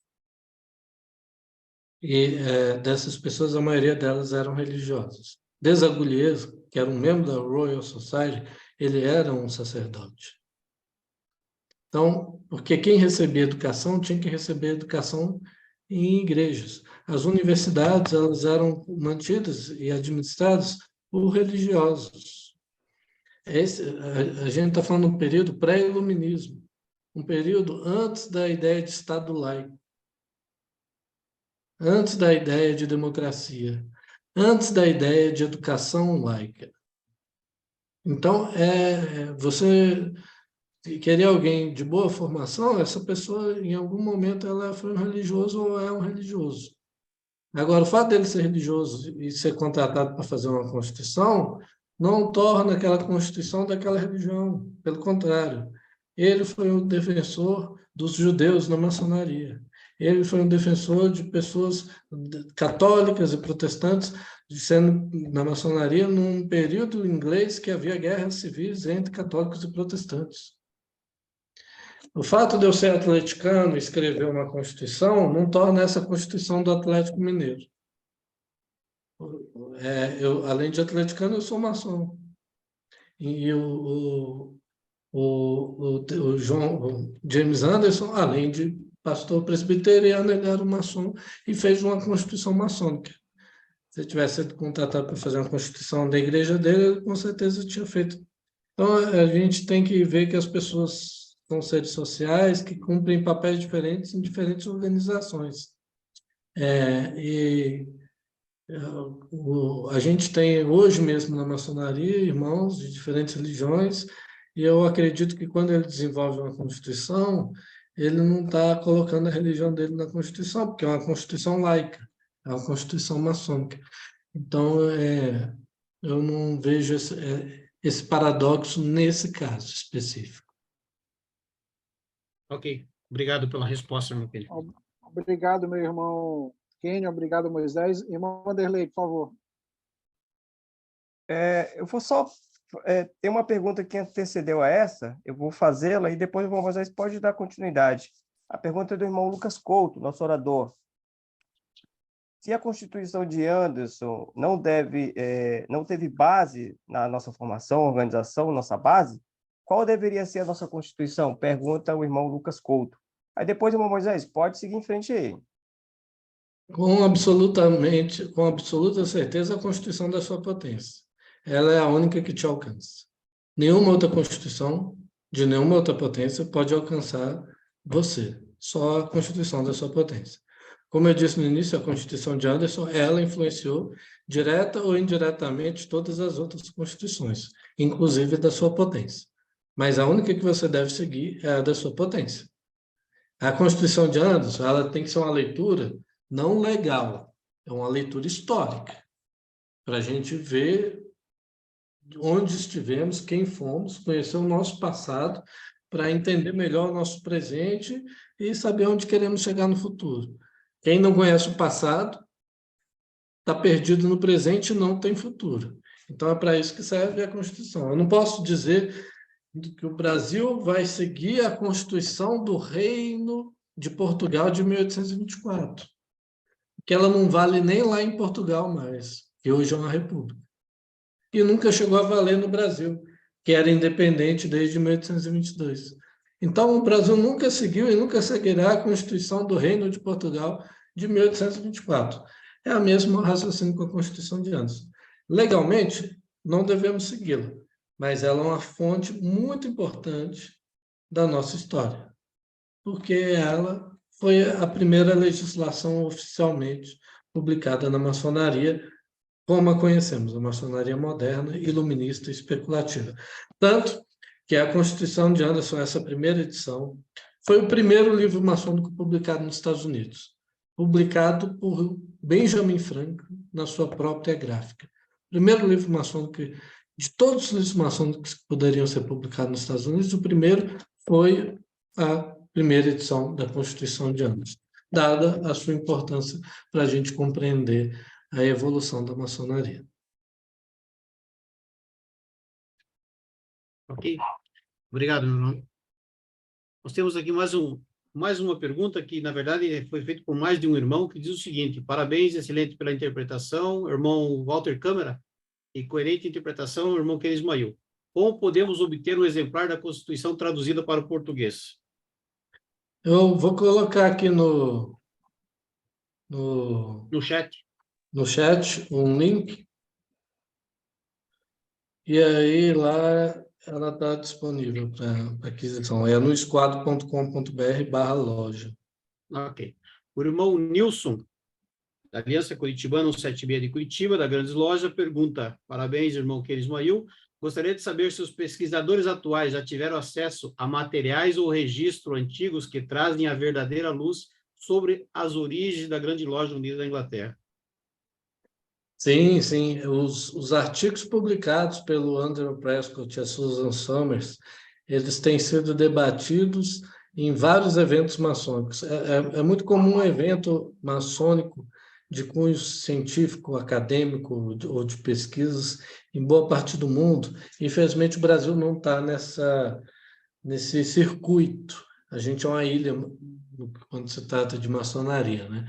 Então, a gente vê o Cooper da Escócia, que viaja o mundo inteiro, só veio no Brasil uma vez, que foi pelo Supremo Conselho, Jacarepaguá. A gente tem o Benimel, que viaja o mundo inteiro, que é da Espanha. Ele veio aqui alguns anos atrás pela Ciência e Maçonaria, e uma série de pesquisadores, e Andrew Prescott é um desses, que participa desses circuitos e que debate esses temas em larga escala, mundo afora, em especial Estados Unidos e Reino Unido, Canadá, mas em vários outros países também. Tem países, eu falei, Costa Rica tem menos de 400 maçons e está nesse circuito. E o Brasil, que tem 220 mil, não está. Então, é uma situação complicada e a gente ainda precisa melhorar muito nessa questão. A gente tem palestrantes do exterior interessados em vir aqui compartilhar o conhecimento. Quando a gente fala com as potências, a maioria não demonstra nenhum interesse em colaborar com a vinda desses palestrantes. Coisa ínfima que vai sair, porque ele ficaria aqui uma semana e iria em 5 potências diferentes, ia sair R$1.000, R$2.000 para cada uma, e ninguém demonstra interesse. Então, é um problema que a gente tem sério aqui. Mas esse tema ele tem sido debatido desde 2017, desde os 300 anos. Obrigado, irmão Kenny. Tem mais um comentário e uma palestra aqui do irmão Paulo Castilho. Parabéns pela palestra. Levando em consideração a postura de James Anderson como criativo, entre aspas, ao escrever a Constituição, quanto se pode dar de credibilidade aos trabalhos dele? Se a Constituição de Anderson não é a mais válida, como pode ainda ser usada em juramentos nas instalações? Ela nunca deveria ser usada em juramento, nas instalações. quem escreveu esses juramentos nunca leu a Constituição de Anderson. Só que a Constituição, ela vem a parte de história, e aí ela vem em outras partes, que as obrigações de um maçom, o regulamento geral, e essas partes, que as antigas obrigações e o regulamento geral, elas são partes que tiveram essa aplicação legal na época. São partes que desenvolveram a maçonaria como nós conhecemos. Essa é a parte que nos interessa. A parte de história, que é boa parte, mais da metade das primeiras páginas, ela é interessante para a gente conhecer essa loucura que era como a história era contada naquela época. E aí as notas de rodapé vêm exatamente explicando essas questões no contexto inglês daquela época. Só que a parte das antigas obrigações e a parte do regulamento geral que são as partes que nos interessam. E nessas partes não tem como o Anderson ter mentido, que são as partes que foram aprovadas pela Grande Loja para se aplicar na Grande Loja e nas lojas jurisdicionadas. Ok. Tem mais aqui o irmão Marquinhos, diz o seguinte: irmão Ken Ismael, poderia explicar se o grande incêndio de Londres teve impacto para a maçonaria? Se for verdadeiro, qual foi? Totalmente. Porque as lojas, elas não interagiam muito entre si. As lojas, você tinha as lojas espalhadas pela Inglaterra, Escócia, Irlanda principalmente, mas outros países, Itália também. E essas lojas, elas recebiam viajantes quando você tinha a construção de uma grande igreja, que apenas os membros daquele alojamento, daquela loja da cidade, não conseguiriam atender aquela construção. Então, viam pedreiros, viam maçons operativos de outras lojas, de outras localidades, para trabalhar naquela construção que iria durar, às vezes, anos. E então, você tinha interação entre as lojas nesses casos. Com o incêndio de 1666, que queimou praticamente 90% de Londres, que era em madeira e precisou ser reconstruído em pedra, você precisou fazer uma grande chamada dos pedreiros, e só os pedreiros da Inglaterra era pouco para tamanha obra. Então, vieram muitos pedreiros da Escócia e da Irlanda também. E nisso você teve as lojas que existiam em Londres, elas não comportavam tantos maçons, então eles tiveram que se associar e criar novas lojas para que pudessem abrigar todos esses maçons. Lembrando que as lojas serviam de abrigo também, de alojamento, né, para fazer as reuniões, as refeições, os descansos, guardar os materiais. E com isso você teve um boom de lojas operativas em Londres. E muitas dessas lojas, com a vinda de maçons de diferentes localidades, trouxeram diferentes costumes, rituais de prática oral, e isso começou a ser compartilhado entre as lojas, e levando ao movimento, né, que deu origem às primeiras grandes lojas que surgiram exatamente nessa região. Então, com certeza, o incêndio de 1666 criou uma concentração de pedreiros em um único lugar que nunca ocorreria se não fosse o incêndio. E essa concentração de pedreiros gerou um boom de lojas e que levou ao surgimento das primeiras grandes lojas. Ok, irmão, obrigado. Eu tenho mais algumas perguntas, mas eu faço na sequência, professor. Muito obrigado, meu irmão Moisés. Obrigado, Kênio, pelas perguntas, pelas respostas a cada uma das perguntas, gentilmente atendendo a todos. Eu passo a palavra ao irmão Lucas Couto, nosso orador, para as suas considerações. Obrigado, meu venerável, estimados irmãos. Cumprimento o Ken Ismael. Foi meu professor na pós, na Uninter, e aprendi bastante com o professor, com o mestre, como bem no dia de hoje. Vejo que nossa reunião transcorreu justo e perfeita, meu venerável mestre, podendo ser encerrada conforme o costume dessa loja virtual. Ok. Muito Algum obrigado. comentário? Mais algum comentário sobre a palestra, meu irmão? Meu irmão, a palestra dá um nó, meu professor Kênio, né, para chamar assim de professor, dá um nó na nossa cabeça, porque a gente fica pensando de como é que de que forma que a gente tem que se posicionar. Quando a gente entra como mero aprendiz, tudo nos é dado assim de forma de que, olha, é isso. É passado para a gente sem uma visão crítica, sem uma visão reflexiva de nossa história, e às vezes a gente se sente perdido. E quando a gente vem diante de uma palestra, de uma aula sua, a gente fica com aquele sentimento de, mas será que é essa a Constituição que a gente não deve observar, por exemplo, aqui na Glomaron, se remete a respeitar os landmarks, né, da Constituição de Anderson, os landmarks que já foram estabelecidos. E a gente se pergunta, mas e agora? Será que esses landmarks a gente tem como superar? Será que está certo? Será que a gente começa a entrar numa crise e fica se perguntando qual caminho seguir? E é por isso que a gente pergunta ao Kênio, será que nossos landmarks não estão ultrapassados? Será que não é hora da ordem repensar esses landmarks, aceitar as lojas mistas, as lojas femininas? Será que é esse outro caminho que a gente deve tomar?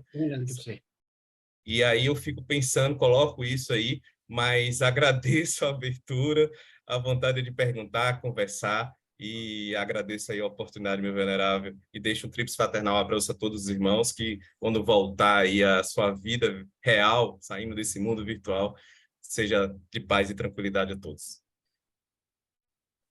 Você me coloca numa saia justa assim, né, meu irmão Lucas? Mas, tentando responder Pergunta a sua boa pergunta... É a pergunta boa. Pergunta boa para o fim da palestra, é ótimo. A gente tem uma série de tabus na maçonaria. E é interessante porque é uma instituição que defende a moral e a razão, né, de homens livres e de bons costumes, do livre pensador, livre pensamento, mas isso não é do seu grau, isso aí não é imutável. Então, a gente tem uma aversão ao debate. E isso não é do maçom brasileiro, é do brasileiro, né? É da cultura brasileira que foi educada num sistema tradicional, de que não se deve questionar. E aí você tem aí uma nova... Eu já fiz um estudo sobre isso em 2018, uma nova geração que foi estimulada ao questionamento, e a gente tem o conflito de gerações, mas eu acho isso, que a gente tem que aceitar que nós temos o direito de debater esses assuntos.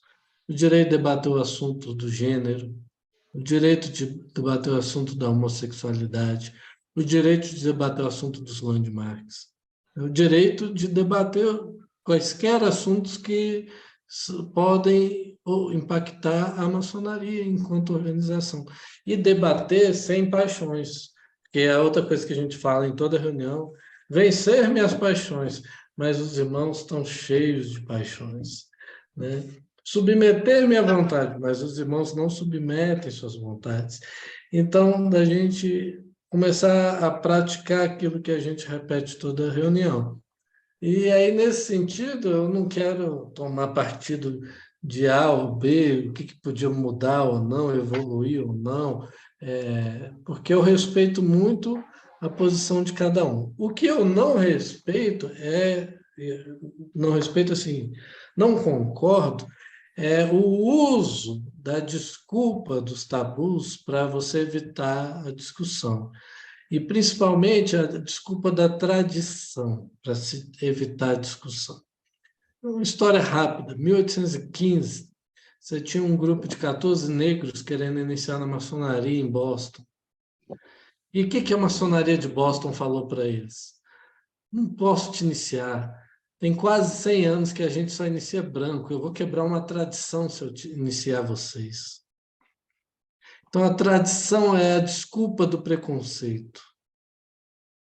Não posso iniciar deficiente físico, vou quebrar uma tradição. Mesmo que em outros países deficientes iniciem há mais de 150 anos. Não posso iniciar gay, porque eu vou quebrar uma tradição mesmo. A maçonaria inglesa iniciando gay há mais de 250 anos. Então, a tradição muitas vezes é usada como desculpa para um preconceito, né? Então, eu falo isso com tranquilidade, sou hétero, pai de família, mas eu respeito que é o direito das pessoas de serem o que elas quiserem na casa delas, entre as quatro paredes do quarto delas, ou seguir a orientação sexual que elas quiserem. E eu vejo que orientação sexual não tem nada a ver com moralidade. São coisas distintas. Então, como um hétero pai de família, eu me sinto muito confortável em falar isso. Mas você não tem que defender essa bandeira que não é sua. Realmente não. Mas, assim como eu não tenho que defender a bandeira do voto feminino, mas alguns homens tiveram que defendê-la um dia. Senão, até hoje, as mulheres não tinham direito a voto. Então, o voto feminino veio quebrar uma tradição. Com certeza. Obrigado. O preconceito... Acho que o Vanderlei quer falar alguma coisa aí, quer apimentar a conversa aí, irmão Vanderlei. Eu ia passar a palavra para o irmão Vanderlei e logo em seguida vou passar a palavra para o nosso irmão Valdemar Queiroz, que está com a palavra com a mão levantada, e para os irmãos da Luz e Conhecimento. Vanderlei, por favor. Boa noite, venerável mestre. Boa noite, meus irmãos. O Boa sentimento noite, é de irmão gratidão. Primeiro Vigilante. Gratidão ao irmão Quênio, ao qual eu tenho uma profunda admiração. Dos livros que você apresentou em tela, eu li 3 deles. Em muitos materiais que eu produzo, eu tenho você como fonte de pesquisa. Inclusive, fiz um vídeo recentemente que eu achei muito interessante, um artigo seu sobre o Sol e a Lua, e eu fiz um vídeo tirando parte desse seu artigo. É um irmão que tem trazendo luz para a maçonaria, né? Eu também discordo de algumas coisas que nos é impostas e tudo tal, mas uma coisa que na noite de hoje eu fiquei assim um tanto quanto decepcionado foi esse lado obscuro, né, do pastor James Anderson, né, nosso irmão. Então eu realmente não conhecia essa história dele. Eu parecia que eu estava assistindo aquele filme Eduardo Mãos de Tesoura, né, que ele entrava na cidade, todo mundo idolatrando aquela figura, e depois criou-se uma narrativa ali, que não é você que está criando, né, evidentemente, e aí que ele passa de vilão. Mas, como você bem dosou nas suas palavras, ele teve a sua importância fundamental para a maçonaria como nós a conhecemos hoje. Então, nós devemos retirar aquilo que é ruim e trazer aquilo que foi bom. Então, você soube fazer isso com muita maestria, né, sem atacar ele ou qualquer um outro. Então, mais uma vez, parabéns e muito obrigado por você trazer sempre luz à maçonaria. Você é uma das minhas fontes de inspiração. Muito obrigado.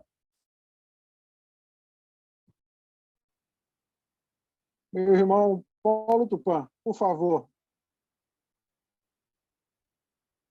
Boa noite a todos os irmãos. Boa noite, venerável mestre, irmão Flávio. Demais autoridades, irmãos que estão na sala, que eu não consigo ver, que eu não sei mexer nesse celular aqui para ver, né? Um abraço ao nosso palestrante. Tenho certeza que foi de grande valia a palestra.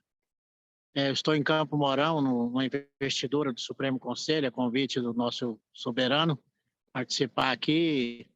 Daqui vamos para Santa Catarina em outra situação. Agradecer aí a presença de todos, né? Flávio estava me dizendo que passou de 200 irmãos hoje, que bom, muito bom. Flávio, estou encontrando vários irmãos aqui da Grande Loja do Paraná, que são membros correspondentes da nossa loja, queriam conhecer-me pessoalmente. Só assim a gente vai vendo a grandiosidade desse trabalho que apresentamos aí na pandemia, e agora vamos continuar construindo a maçonaria do futuro, né? Rogar o grande arquiteto do universo que a todos abençoe, ilumine e guarde, que o restante da reunião seja bastante profícua. Era só para dar um oi, Flávio, e tirar a falta, tá? Um abraço.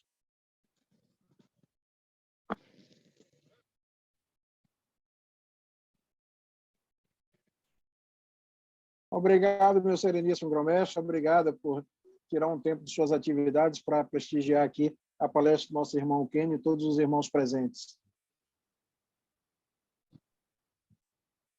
Meu irmão Isалтônio, pode compartilhar na...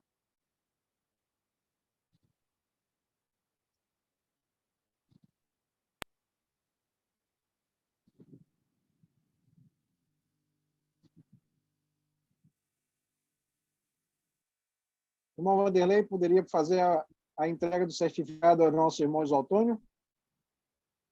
Ou ao nosso irmão Kênio Ismail, que o Isалтônio acabou de compartilhar? Perfeito, venerável mestre. Honra a quem tem honra.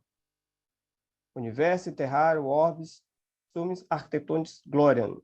Saibam todos que esse diploma de mérito, lavrado conforme a mais antiga tradição dos construtores de catedrais, proclama que o irmão Kênio Ismail teve reconhecida a relevância dos serviços prestados a esta augusta oficina, como palestrante especialmente convidado, discorrendo sobre o tema 300 anos da Constituição de Anderson. O excepcional brilho de suas luzes, a riqueza de detalhes e a profundidade de seus ensinamentos o tornaram merecedor de nossa... Se puder deixar parado, é melhor. Tornaram merecedor de nosso respeito, estima e admiração. Para que se registre portanto, a memória desse feito e se perpetue a lembrança de suas virtudes, foi mandado traçar a presente prancha, dada, traçada, firmada, selada e autenticada no Oriente de Porto Velho, Rondônia, no dia 15 de abril de 2023 da Era Vulgar. Assinam Paulo Luciano Bastos Botelho, chanceler, Flávio André Mota de Araújo, venerável mestre, e Ricardo José Carneiro Gouveia, secretário. Lido, venerável mestre. Meu irmão Kênio, com os nossos agradecimentos, passamos o certificado, o irmão Isалтônio vai encaminhar para você diretamente, e eu passo a palavra diretamente ao nosso irmão Pedro Brito, da loja Luz e Conhecimento, para fazer suas considerações e depois continuamos as nossas atividades.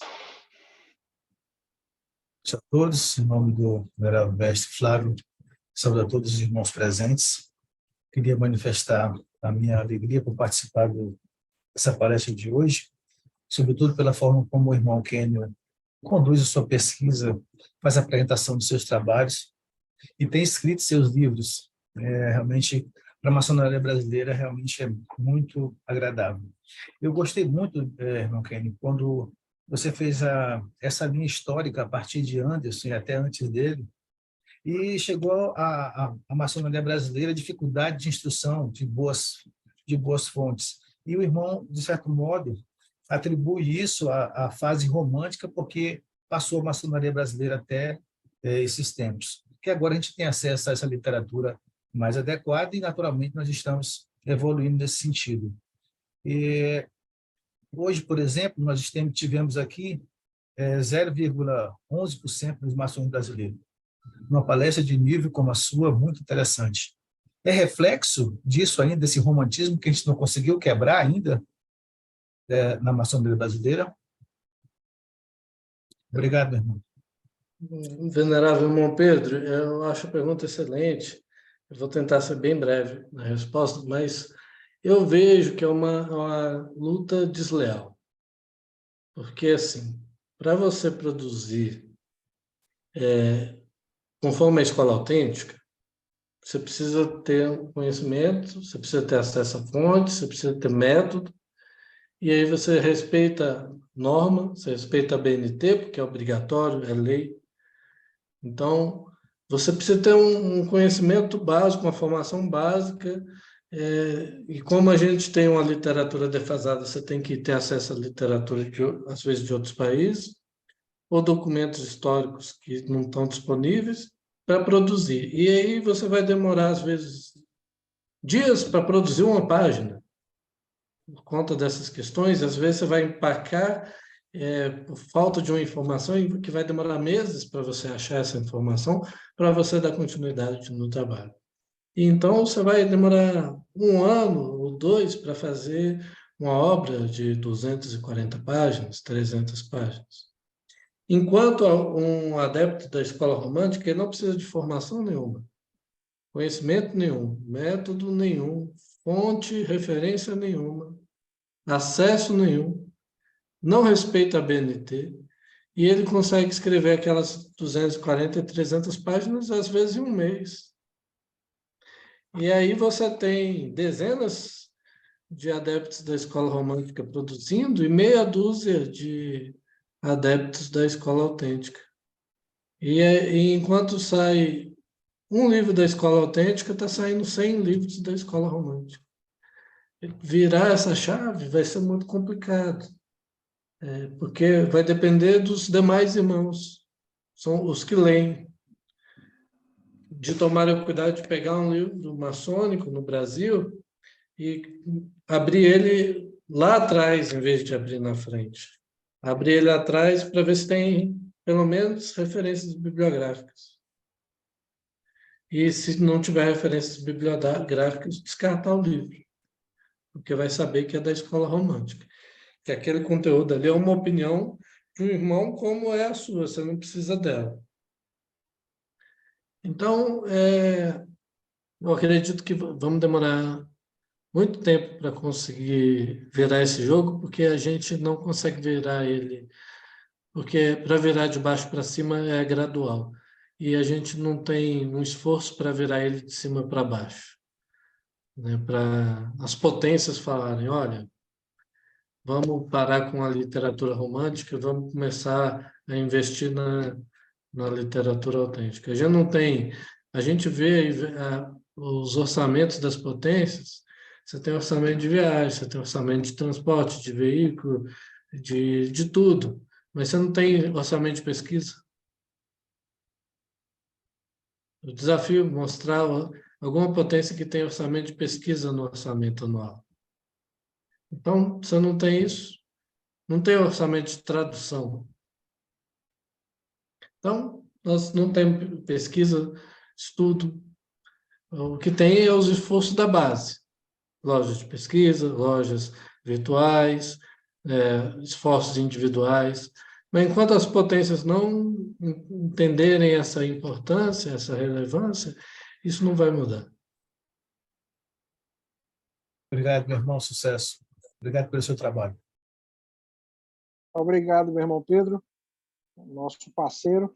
Agradeço a cada um dos irmãos que está contribuindo aí com a nossa campanha para o Touro de Ouro. Já recebi várias mensagens aqui com as contribuições, inclusive da nossa loja Luz e Conhecimento. Agradeço ao irmão Pedro e a todos os irmãos presentes. O irmão Kênio Ismail, meu irmão, agradeço sinceramente, não só pela sua palestra de hoje, mas principalmente por todo o seu trabalho dedicado à maçonaria. Você colocou aí agora o site nos quadros, se quiser deixar outros contatos também para que os irmãos possam entrar. Nós vamos encerrar essa parte da reunião e nós vamos retomar com a fala do nosso irmão Valdemar Queiroz e mais alguns outros irmãos que já encaminharam perguntas aqui no chat. E eu mesmo gostaria de agradecer mais uma vez por toda a sua dedicação à maçonaria. Tivemos a oportunidade de nos conhecer pessoalmente a primeira vez aqui em 2019, durante a minha investidura no Grau 33, quando você esteve aqui em Porto Velho. Sei que já esteve aqui outras vezes. E eu gostaria você acabou de falar agora sobre investimento em pesquisa. Eu assisti, acho que a primeira vez, em 2012, uma palestra do nosso irmão Rudy Levi, onde ele falava sobre um levantamento da CMI que mostrava o declínio nos números da maçonaria. E uma pesquisa também da CMI, que foi conduzida por você, salvo engano, em 2018, sobre a visão que o maçom tem da maçonaria. Eu gostaria que você encerrasse a sua participação nesta gravação falando suas considerações finais e falando e nos dizendo se há intenção de se renovar essas pesquisas, se atualizar, principalmente após a pandemia pela qual passamos. Obrigado, meu irmão Flávio. Agradeço mais uma vez a oportunidade de estar aqui com os irmãos. As poucas pesquisas que foram feitas, eu fiz uma pesquisa em 2012 pela FGV e pesquisei junto a um pouco mais de 3 mil irmãos. E foi um grande desafio, porque o maçom brasileiro ele não tem a cultura de participar de pesquisa. A gente tem maçom aqui que nem acredita na ciência. Tem maçom que não acredita em pesquisa, não acredita em método. Acredita na opinião dele. E o que a resposta que eu escutei de muito irmão? Meu grão-mestre te autorizou a fazer essa pesquisa? Eu estou autorizado pelo grão-mestre a responder essa pesquisa? E aí eu dava a mesma resposta a todos. Não, você não precisa responder porque eu errei. A pesquisa é só para homens livres. Então não precisa responder mais. E a gente tem essa cultura. Quando a CMI, eu fiz a pesquisa em 2018 a pedido da CMI, fiz por amor à causa, mas a gente teve um boicote. E isso está no relatório da pesquisa. O Marcos José estava brigado com a CMI, era o grão-mestre geral do GOB na época, e boicotou a participação dos gobianos na pesquisa da CMI. Então, é muito difícil fazer pesquisa. E é ainda mais difícil quando você faz só no amor, sem uma instituição por trás para te dar algum tipo de apoio e suporte. Não dinheiro, mas para fazer pesquisa custa dinheiro, não para o pesquisador.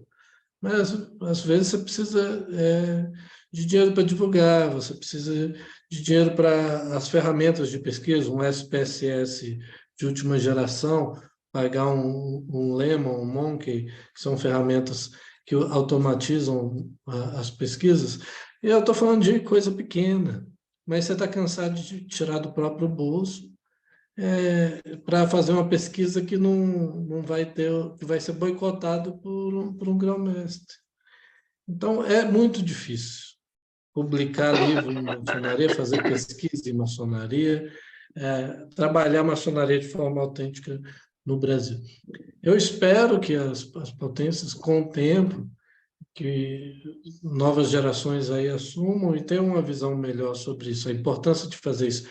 As potências não sabem por que perdem os membros. Elas têm um índice de evasão e não sabem por que perdem os membros. Tem um estudo lá do Cassiano. O estudo Cassiano só serve para a grande loja do Cassiano naquele período. As outras tinham que fazer o estudo das suas. A gente não pergunta para o irmão por que ele está largando a maçonaria, de uma forma metodológica. Então, as pesquisas mais básicas a gente não faz. Eu queria estar fazendo pesquisa todo dia sobre maçonaria, só que a gente não tem esse respaldo para fazer. De toda forma, agradeço aí a atenção dos irmãos, principalmente os que ficaram aqui até o final para escutar esses desabafos.